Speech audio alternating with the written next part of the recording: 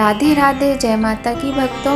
आप सभी का स्वागत करती हूँ स्पिरिचुअल ज्ञान साधना में और आप सभी से अनुरोध करती हूँ कि स्पिरिचुअल ज्ञान साधना को सब्सक्राइब कर लीजिए और बेल आइकन को प्रेस कर दीजिए ताकि आपको नई नई वीडियोस का नोटिफिकेशन मिलता रहे।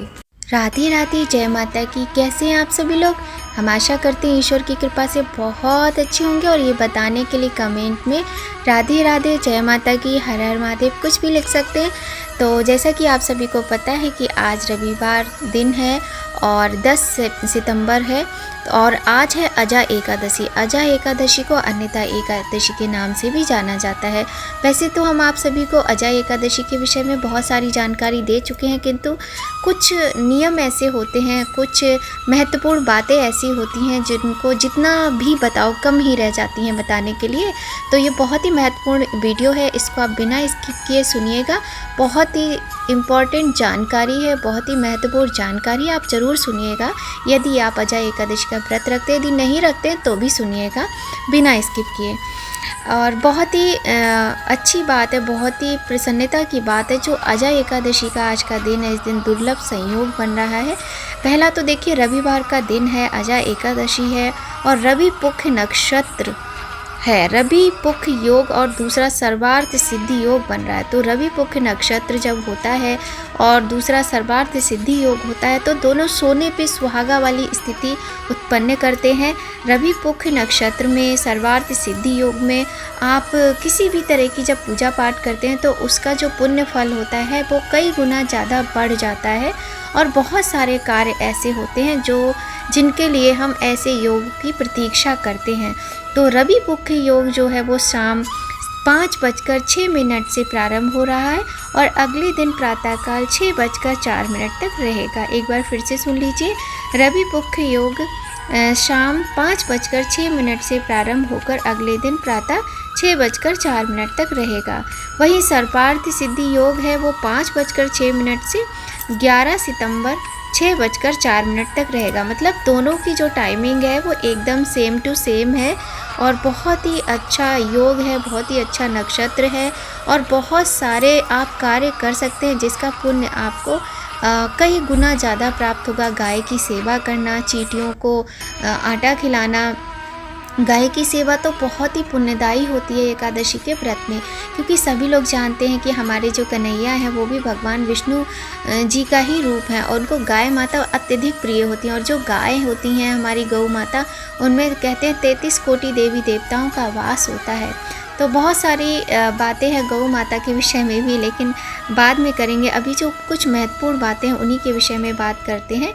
अजा एकादशी के दिन भगवान विष्णु की प्रातःकाल उठकर सच्चे मन से प्रार्थना कीजिए। और ये जो व्रत है एकादशी का वो समस्त पापों से मुक्ति दिलाने वाला एकमात्र व्रत है, ऐसा कहा जाता है हमारे शास्त्रों में, हमारे पुराणों में। और हम आपको बताना चाहते हैं कि मान्यता है जो अजा एकादशी का व्रत, देखिए एकादशी तो वर्ष भर में आती है, हर एकादशी का अपना अपना महत्व होता है, किंतु आज हम बात कर रहे हैं अजा एकादशी के विषय में। तो जो ये अजा एकादशी है, इस व्रत को करने से यदि किसी को भूत प्रेत की समस्या होती है, किसी के घर में नकारात्मक ऊर्जाएं अत्यधिक उसे परेशान करती हैं, किसी भी तरह से कष्ट देती हैं, तो ये जो व्रत है अजा एकादशी का, ये भूत प्रेतों के भय से मुक्ति दिलाता है और मोक्ष की प्राप्ति भी होती है इस व्रत को करने से। इस दिन अजा एकादशी व्रत कथा सुनना चाहिए और व्रत भी रखना चाहिए।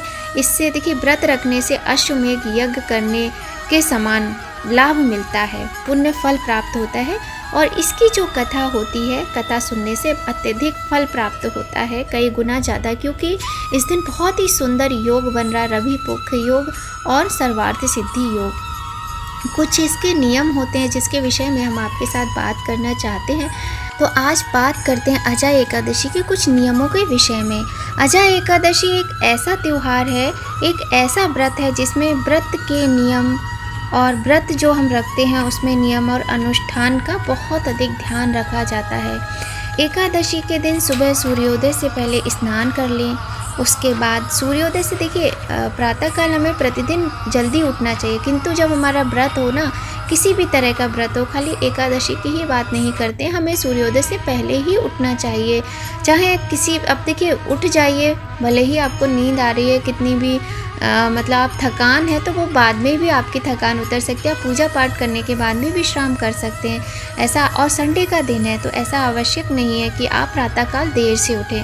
तो सबसे पहला तो नियम यही होता है किसी भी व्रत में कि हमें सुबह जल्दी उठना चाहिए। उसके बाद जो भी पूजा स्थल हमारा है, मंदिर है या जो भी पूजा स्थल है, उसे साफ़ करें और भगवान विष्णु की एक चौकी लगाएं। एक चौकी लगाएं, उसमें भगवान विष्णु की मूर्ति हो तो मूर्ति स्थापित करें, अगर आपके पास तस्वीर है तो तस्वीर स्थापित करें। और उसके बाद आप व्रत का संकल्प अवश्य लीजिए, पूर्ण श्रद्धा और भक्ति के साथ व्रत का संकल्प लें। और कुछ पूजन सामग्री है जिसे आप रख लीजिए तो अच्छा है, नहीं तो आपकी जितनी भी सामर्थ्य है, जो भी सामग्री आपके पास उपलब्ध है, उसी के साथ आप भगवान की सच्चे मन से पूर्ण श्रद्धा से पूजा अर्चना कीजिएगा।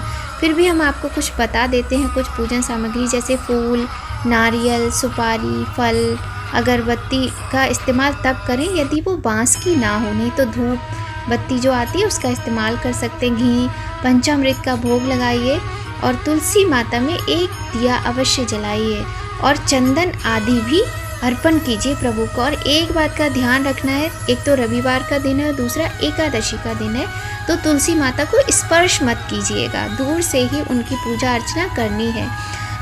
उसके बाद भगवान विष्णु की पूजा करें और उनको भोग लगाएं। और हम आशा करते हैं कि सभी लोगों ने तुलसी दल तो पहले से ही रख लिए होंगे तोड़ के, क्योंकि एकादशी का दिन होता है, उस दिन तुलसी हमको बिल्कुल भी टच नहीं करनी होती है। तो सुबह भी भगवान का भोग लगाएं, आरती करें और शाम को भी करें। यदि आपके पास कथा पढ़ने का समय नहीं है तो आप अपने फ़ोन में कथा सुन सकते हैं, बहुत ही अच्छा रहता है, बहुत ही अच्छा फल प्राप्त होता है। अजा एकादशी अत्यंत फलदायी मानी जाती है और इसीलिए मैं आपको बार बार कथा पढ़ने के लिए बोल रही हूँ। कथा पढ़ नहीं सकते तो सुन तो लें, और अगर संभव हो सके तो रात भर जागरण कीजिए और भगवान का भजन कीर्तन कीजिए। और द्वादशी के दिन सुबह जो गरीब होते हैं या फिर ब्राह्मण होते हैं उनको भोजन अवश्य कराएं, इसके बाद ही आप अपने व्रत का पारण करें। तो देखिए ये तो मेरे घर में भी मेरी मम्मी वगैरह व्रत रखते थे, हमारे भाई वगैरह थे, हमारा बहुत बड़ा परिवार था पहले, जब मैं छोटी थी तब की बता रही हूँ। तो हम लोगों के घर में क्या होता था, यदि एकादशी का व्रत है तो अगले दिन सूर्योदय तब होता था जब घर में पूड़ी सब्जी और प्रसाद बन जाता था और भगवान का भोग लग जाता था। और हम लोग भी ब्राह्मण हैं, लेकिन उसके उपरांत भी जो ब्राह्मण होते हैं, जो मंदिर में भगवान की सेवा करते हैं, जो पंडित जी होते हैं, उनको भोजन कराया जाता था एकादशी के अगले दिन यानी द्वादशी के दिन। और प्रत्येक एकादशी पर ऐसा ही होता था कि एकादशी के अगले दिन द्वादशी से पहले, जैसे द्वादशी तिथि प्रारंभ होने से पहले ब्राह्मण को भोजन कराने के उपरांत ही स्वयं भोजन करते थे जो लोग व्रत रखते थे, उसके बाद ही पारण किया जाता है। और पारण का समय हम आपको पहले ही बता चुके हैं। इस प्रकार से बहुत ही सुंदर तरीके से एकादशी का व्रत कीजिएगा और संभव हो सके तो गाय माता को कुछ भी, मतलब गाय माता को आप देखिए रविवार का दिन है तो सबसे अच्छा तो रहेगा आप गुड़ खिलाइए, दलिया खिलाइए, गेहूं का दलिया।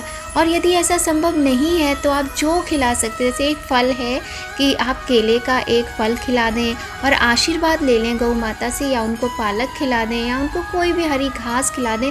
कहने का तात्पर्य इतना सा है कि गौ माता की सेवा कुछ ना कुछ कीजिए, किसी ना किसी तरह से कीजिए। और तुलसी माता में दीप अवश्य जलाइए और ब्राह्मणों को दान दीजिए, यदि गरीबों को कुछ दे सकते हैं तो उनको भी दान दीजिए। इस प्रकार करने से भगवान विष्णु, माता लक्ष्मी की कृपा बहुत अधिक प्राप्त होती है।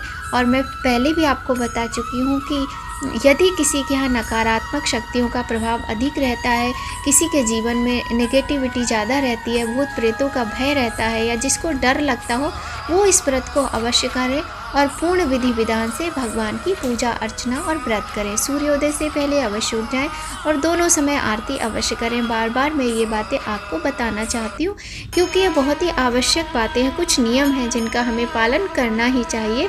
और बहुत ही सुंदर तरीके से व्रत पूर्ण कीजिएगा इस प्रकार से जब व्रत करते हैं तो भगवान की कृपा अवश्य प्राप्त होती है, गरीबी दूर होती है और किसी भी प्रकार की कोई भी मनोकामना होती तो पूर्ण होती है। इस प्रकार से आज हमने आपके साथ ये जानकारी शेयर की कि कितना सुंदर दुर्लभ संयोग बन रहा है अजय एकादशी के दिन। एक तरफ रवि पुख्य नक्षत्र है तो दूसरी तरफ सर्वार्थ सिद्धि योग है। बहुत ही सुंदर दिन है रविवार का। सूर्य भगवान को जल अवश्य अर्पित करें क्योंकि रविवार का दिन है। वैसे तो प्रतिदिन ही सूर्य भगवान को जल अर्पित करना चाहिए, किंतु आप जब आप पूजा का प्रारंभ करेंगे ना तो सबसे पहले सूर्य भगवान को जल अर्पित कीजिए और उसमें कुछ मीठा डाल लीजिए जल में, थोड़ा सा गंगा जल और थोड़ा सा कुछ मिष्ठान मिलाकर भगवान सूर्य नारायण को जल अर्पित कीजिए। उसके बाद तुलसी माता की पूजा कीजिए और तुलसी माता को स्पर्श मत कीजिएगा और तत्पश्चात भगवान विष्णु की, लक्ष्मी नारायण की पूजा अर्चना कीजिए।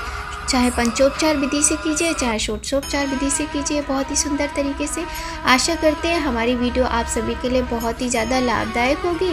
अगर आपके लिए वीडियो पसंद आए तो प्लीज़ हमारी वीडियो को लाइक कीजिए, चैनल को सब्सक्राइब कीजिए। मिलेंगे आपसे इसके बाद बहुत ही अच्छी जानकारी के साथ एक नई वीडियो में। राधे राधे, जय माता की।